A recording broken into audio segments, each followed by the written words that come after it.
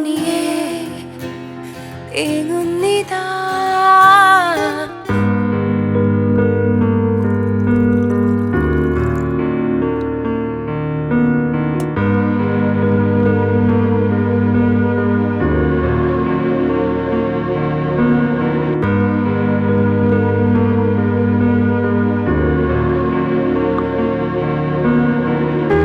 സുപ്രിയ എഴുന്നേറ്റിട്ട് പിന്നെയും കിടന്നു. ചായ വേണ്ടെന്ന്. തലവേദനയാണെന്ന് എന്നോട് പറഞ്ഞത്. കുറവില്ലെങ്കിൽ കുറച്ച് കഴിഞ്ഞ് ഹോസ്പിറ്റലിൽ പോവാം.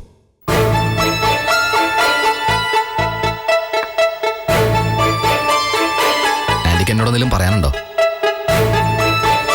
തലവേദനയ്ക്കുള്ള മരുന്ന് കഴിച്ചാ പ്രിയയുടെ മനസ്സിന്റെ വേദന കുറയോ ഹരി?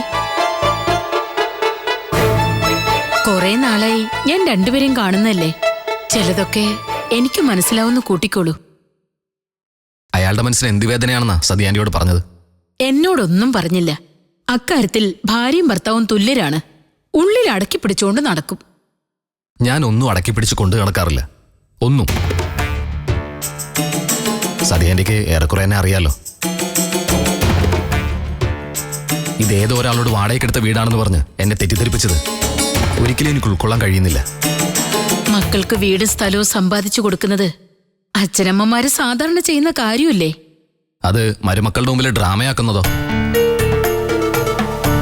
അതും സാധാരണ ചെയ്യുന്ന കാര്യമാണോ? സുപ്രിയ അതിന് കൂട്ടുന്നു. അതിനെന്താ ന്യായം പറയാനുള്ളത്? അങ്ങനെ ഒരു തെറ്റുപറ്റി. അവരും അത് സമ്മതിച്ചു. എന്നാ പ്രിയയുടെ വീടിന് ഹരി വില പറഞ്ഞു വാങ്ങിയതോ? ആ നടപടി ശരിയായോ? അതിപ്പോ ഒരു തെറ്റായിട്ട് ഞാൻ കാണുന്നില്ല. ഈ കാര്യത്തില് സുപ്രിയ എന്നോടൊപ്പാണ് നിൽക്കേണ്ടത്. മോനൊന്നും മനസ്സിലാക്കണം. ജലജിക്കും ഭർത്താവിനും സ്വന്തം എന്ന് പറയാൻ വേറെ ആരുമില്ല. നാളെ ഹരി വീടിന്റെ വിലയായി കൊടുത്ത പണം ഉൾപ്പെടെ എല്ലാം സുപ്രിയയ്ക്കുള്ളതാ. അഭിമാനത്തിന്റെ പേരിൽ ഹരി ഒന്നും വേണ്ടാന്ന് പറഞ്ഞാലും അവരത് പ്രിയയ്ക്ക് കൊടുക്കും. അത് അച്ഛന്റെ അമ്മയുടെ അവകാശമാ. ഹരിക്കൊന്നും ചെയ്യാൻ പറ്റില്ല. മറ്റൊന്നുകൂടി പറയാനുണ്ട്. ഹരിയുടെയും പ്രിയയുടെ ഇടയില് എന്തോ കാര്യമായിട്ട് പുകയുന്നുണ്ട്. അതെന്താണെന്ന് എനിക്കറിയില്ല. നിങ്ങൾ ചെറുപ്പ. കടന്നു പോകുന്ന ദിവസങ്ങൾ പിന്നീട് തിരിച്ചു കിട്ടില്ല. അതുകൊണ്ട് പ്രശ്നം എന്താന്ന് വെച്ചാ അത് രമ്യമായി പരിഹരിക്കണം. പ്രിയോടുള്ളതിലും കൂടുതൽ സ്വാതന്ത്ര്യം എനിക്ക് ഹരിയോടുണ്ടെന്ന് തോന്നി. അതുകൊണ്ട് ഇത്രയും പറഞ്ഞത്. ഇനി അതല്ല, ഇങ്ങനെ പുകച്ചിലും നീറ്റിലുമായി തുടരാനാണ് ഉദ്ദേശമെങ്കിൽ ഞാനിവിടെ തുടർന്ന് നിൽക്കില്ല. പോകും. യാത്ര പോലും പറയാതെ സ്ഥലം വിടും. പിന്നെ പറഞ്ഞില്ല എന്ന് വിചാരിക്കരുത്.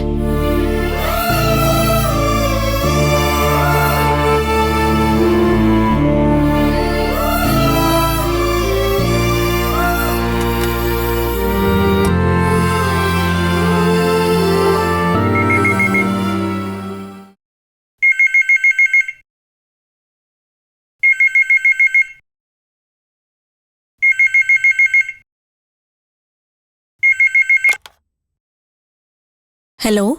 ആ, ലൈലയാണോ? അതെ. സുമിത്രാമ്മയെ വിളിച്ചിട്ട് കിട്ടുന്നില്ലല്ലോ.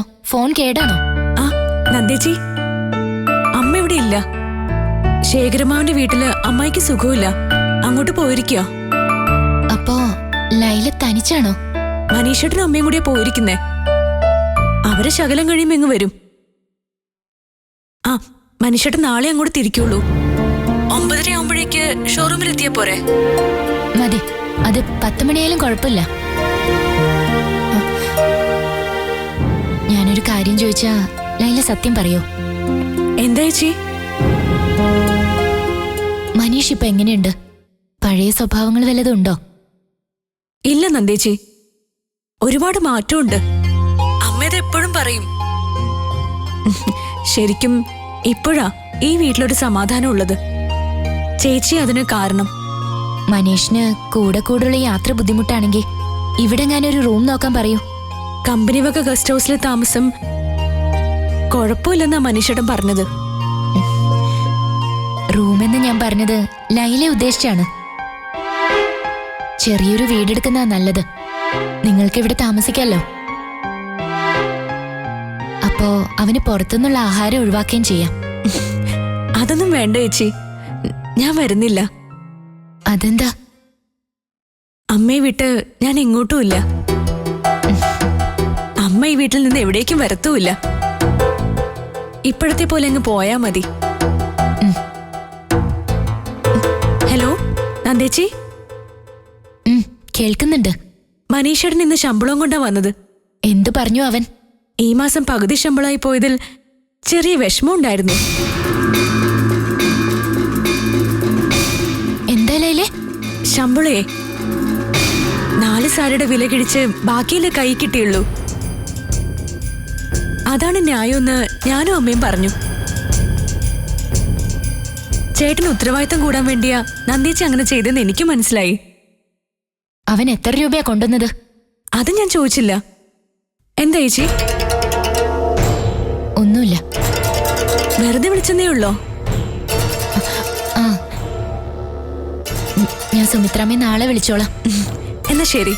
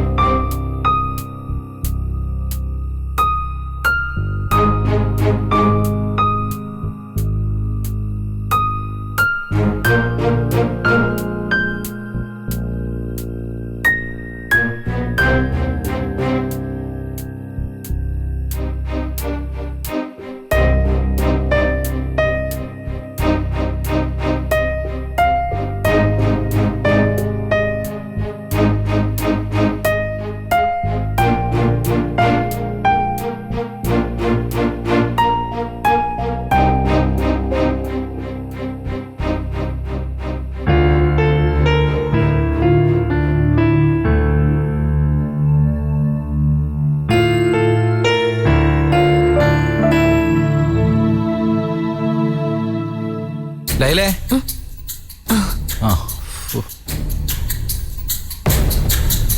ഞാനങ്ങോട്ട് വിളിക്കാൻ തുടങ്ങായിരുന്നു. ആഹാ, അമ്മ രാവിലെ ഉള്ളൂന്ന് ഞാനിങ്ങ് പോന്നു. എടി, അമ്മയുടെ അസുഖം എന്താണെന്നറിയാവോ? ക്യാൻസർ. അയ്യോ, ആണോ? ഇവിടുത്തെ ചികിത്സ പോരാ, തൃശ്ശൂർക്ക് കൊണ്ടുവരാൻ പ്ലാനിട്ടായിരുന്നു. ദേ, ഞാൻ ഇടപെട്ടത് മുടക്കി. അതെന്താ? മനീഷേട്ടൻ അവിടെയുള്ളതൊരു സൗകര്യമല്ലേ? പക്ഷേ എനിക്ക് അസൗകര്യ. അമ്മയുടെ ചികിത്സയുടെ പുറകെ നടക്കേണ്ടി വരും. തിരുവനന്തപുരത്തെങ്ങാനും കൊണ്ടുപോട്ടെ. അവിടെ ആകുമ്പോഴേ നല്ല ക്യാൻസർ സെന്റർ ഉണ്ട്. എന്നാലും നമ്മുടെ കൂട്ടത്തിലുള്ളവർക്കൊരു ആപത്ത് വരുമ്പോ? ആപത്ത് വരുമ്പോഴേ കൂട്ടത്തോടിങ്ങി വരും. ദേ, ഈ കാര്യത്തിൽ നീ സഹതാപം പുറത്തെടുക്കല്ലേ. അമ്മായിക്ക് നല്ല ആരോഗ്യം ഉണ്ടായിരുന്നല്ലോ. ക്യാൻസർ എന്ന് പറയുമ്പോ അമ്മയ്ക്ക് വിഷമായി കാണണം. അത് 2 ദിവസം കഴിയുമ്പോൾ അങ്ങ് മാറും. ഞാനേ ഈ ഷർട്ടൊന്ന് മാറട്ടെ.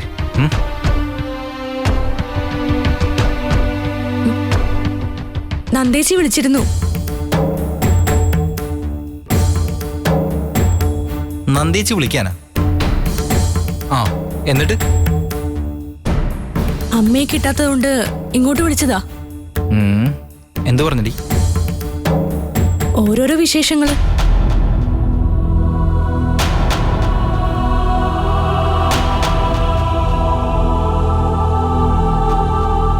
എന്ത് വിശേഷങ്ങള്? പൊതുവായ കാര്യങ്ങളെ. എന്നെ കുറിച്ചൊന്നും ചോദിച്ചില്ലേ? എന്ത് ചോദിച്ചടി? മനീഷേട്ടൻ വീട്ടിലുണ്ടോ, എവിടെ പോയി, അങ്ങനെ ഓരോന്നൊക്കെ.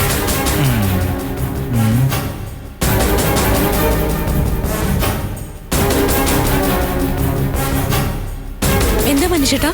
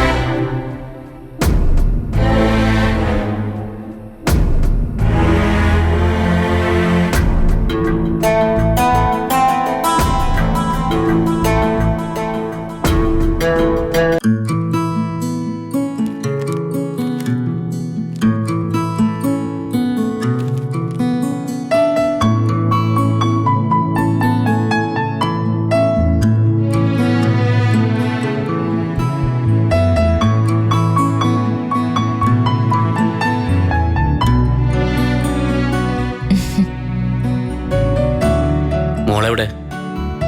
അപ്പുറത്തിരുന്ന് കളിക്കുന്നു. എഴുത്തിന് ശല്യാവണ്ടെന്ന് കരുതി എങ്ങോട്ട് കൊണ്ടുവരാതിരുന്നത്. അതോ ഞാൻ അടുത്ത് വന്നിരുന്നതാണോ ശല്യായത്? ആണെങ്കിൽ ഓ, പോയേക്കാം. എഴുത്ത് എവിടം വരെയായി? പുരോഗമിക്കുന്നു. പാണ്ഡവരും കൗരവരും തമ്മില് രാജ്യത്തെ സംബന്ധിച്ചുള്ള സംവാദം വരെയായി. കൃഷ്ണനാണ് അവരുടെ ഇടയിൽ നിൽക്കുന്നത്. പുരാണ നാടകാണോ? അപ്പൊ ഡാൻസും പാട്ടും ഒക്കെ കാണുമല്ലോ. മഹാഭാരതം ബാലയല്ല ഇത്. പുരാണത്തിൽ നിന്നുള്ള ആശയം പുതിയ സങ്കേതത്തിൽ അവതരിപ്പിക്കുന്നു. പാണ്ഡവർക്ക് സൂചി കുത്താനുള്ള ഇടം ഈ നാടകത്തിലെങ്കിലും കൊടുക്കുവോ? അത് ദുര്യോധനാണ് തീരുമാനിക്കേണ്ടത്. മൂപ്പരുടെ ഒരു അനിയനുണ്ടല്ലോ, ദുശാസനൻ. പാഞ്ചാലിയെ അപമാനിച്ച പാർട്ടി. ഇന്നാണെങ്കി സ്ത്രീപീഡന കേസിൽ ജീവിതാവസാനം വരെ അഴിയണ്ടേണ്ടി വന്നേനെ. അതായത് പൊതുജനത്തിന്റെ ചെലവിൽ സുരക്ഷിതമായ ഒരു സുഖവാസം. അതാണല്ലോ ഇന്ന് പലപ്പോഴും ജയിൽ ശിക്ഷ. അവിടെയാണ് നമ്മൾ വ്യാസനെ നമിക്കേണ്ടത്. ഭീമസേനന്റെ കൈകൊണ്ട് ശരീരം പിളർന്നുള്ള മരണം, അതാണ് ദുശാസനെ വിധിച്ച ശിക്ഷ. പുതിയ കാലത്തിൽ നിന്ന് ചിന്തിക്കുമ്പോൾ പഴയ ക്ലാസിക്കൽ അങ്ങനെയും പ്രസക്തമാവുന്നു. ഇത്തരം ചിന്തകൾ ഞാൻ ഈ നാടകത്തിൽ ചർച്ചയ്ക്ക് വെക്കുന്നുണ്ട്. വിവാദാക്കാൻ വേണ്ടിയല്ല, വിവേകം ഉണ്ടാവാൻ വേണ്ടി.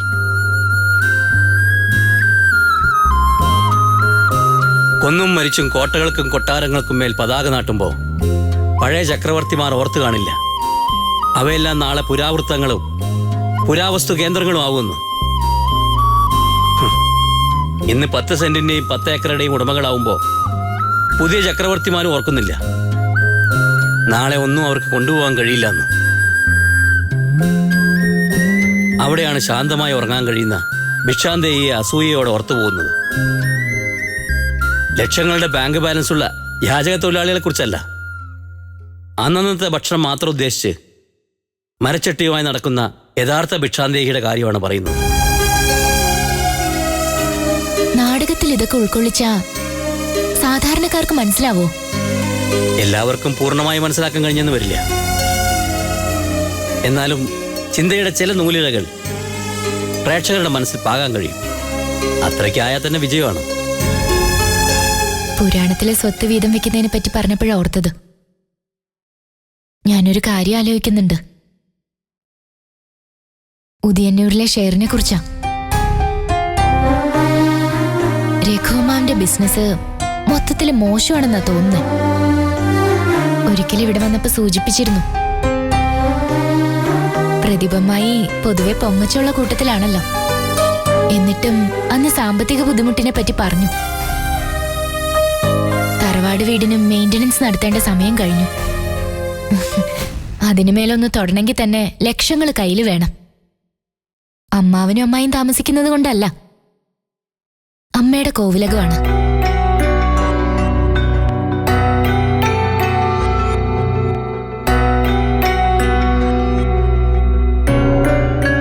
മുത്തശ്ശി നിറഞ്ഞു നിന്ന വീടാ. തകർന്നു പോകുന്നത് കാണാൻ വയ്യ. അതുകൊണ്ട് എനിക്കായിട്ട് പറഞ്ഞു വെച്ചിരിക്കുന്ന ഷെയറിൽ നിന്ന് ഒരു പങ്ക് രഘുമാവിന് കൊടുത്താലോ എന്ന് ആലോചിക്കുക. എന്താണ് അഭിപ്രായം? തീരുമാനിച്ചു കഴിഞ്ഞു. ആലോചിച്ചെന്നേ ഉള്ളൂ. അഭിപ്രായം അറിഞ്ഞിട്ടാവാ തീരുമാനവും തോന്നി. എനിക്ക് അഭിപ്രായ വ്യത്യാസം ഉണ്ടാവില്ല എന്ന് തനിക്ക് ഊഹിക്കാമല്ലോ. തനിക്ക് 2 അമ്മാവന്മാരാണ്. ഒരാൾക്ക് മാത്രമായി കൊടുക്കുക എന്ന് പറയുമ്പോ ജഗന്നാഥേട്ടൻ എന്ത് വിചാരിക്കും? രഘുമാവൻ കുടുംബ വീട്ടിൽ താമസിക്കുന്നു എന്നുള്ളത് അതിന്റെ പരിഗണന. ഓക്കെ, അഡ്വക്കേറ്റ് കൃഷ്ണമൂർത്തിയായിട്ട് ആലോചിച്ചിട്ട് വേണ്ട ചെയ്തോളൂ.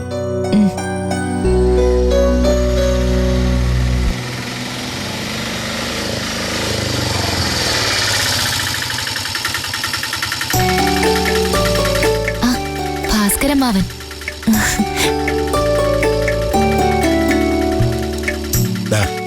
ഓ, ഉദയന്നൂരെ കാര്യസ്ഥനെ കെട്ടി എഴുന്നള്ളിച്ചിട്ടുണ്ടല്ലോ.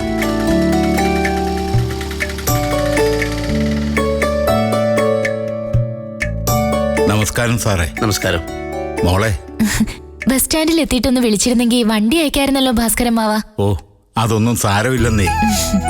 ഉദയന്നൂരിലെ കാര്യം നന്ദന ഇപ്പൊ സംസാരിച്ചതേ ഉള്ളൂ. കുറെ ദിവസമായി ഞാൻ അങ്ങോട്ട് പോയിട്ട്, ചെന്നിട്ടൊരു കാര്യവുമില്ല. എന്നാലും ഇടയ്ക്കൊന്ന് കയറിയില്ലെങ്കിൽ മനസ്സിനൊരു വല്ലായ്മയാ. ആ, ഞാൻ വന്നത് മോളെ കാണാനാ. എവിടെ കുഞ്ഞ്? ഭാസ്കരൻ മാമൻ വരൂ. ഓ,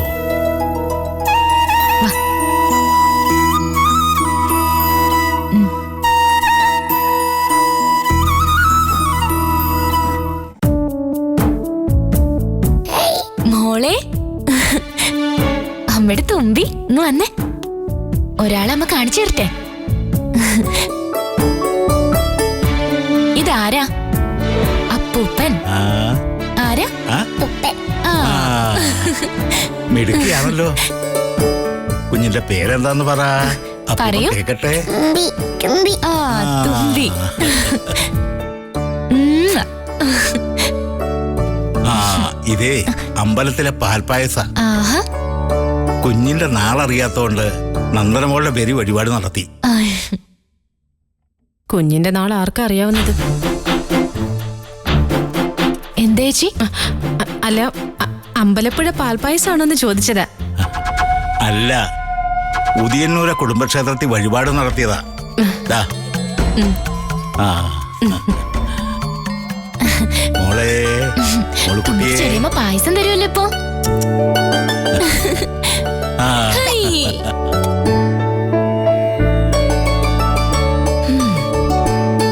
കൊള്ളാം.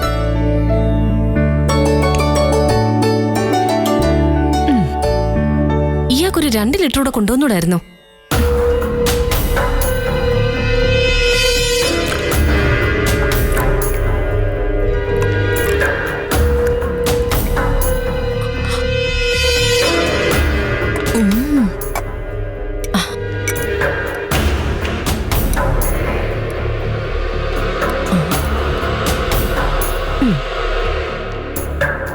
ഉദിയന്നൂരെ കാര്യസ്ഥൻ കൊണ്ടുവന്ന പാൽപ്പായസം. ഇതൊരു ചാൻസ് ആണല്ലോ. അന്നത്തെ വിഷത്തിന്റെ ബാക്കി ഇരിപ്പുണ്ട്.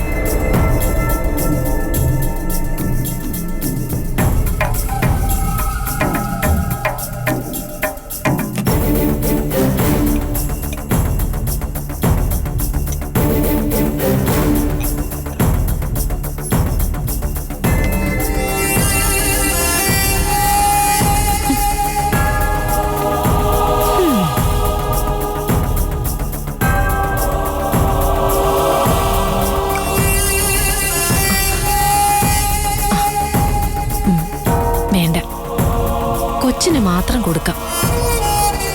ബാക്കി ഭദ്രമായിട്ട് മാറ്റി വെച്ചേക്കാം.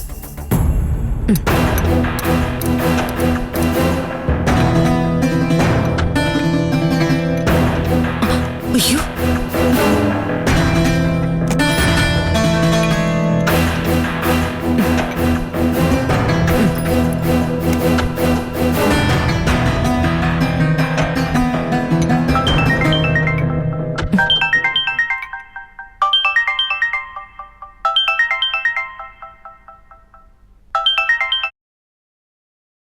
എന്താ മഹേഷേ? എത്ര രൂപ? ഇന്ന് ബാങ്കിൽ ചെല്ലണോ?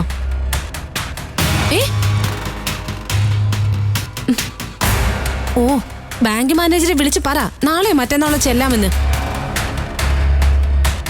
ഇന്നോ? ഇന്നിവിടെ ഒരു പ്രധാന ചടങ്ങ് നടക്കാൻ പോവാ. എന്താ? ആ, ശരി ശരി. ഒരു കോള്.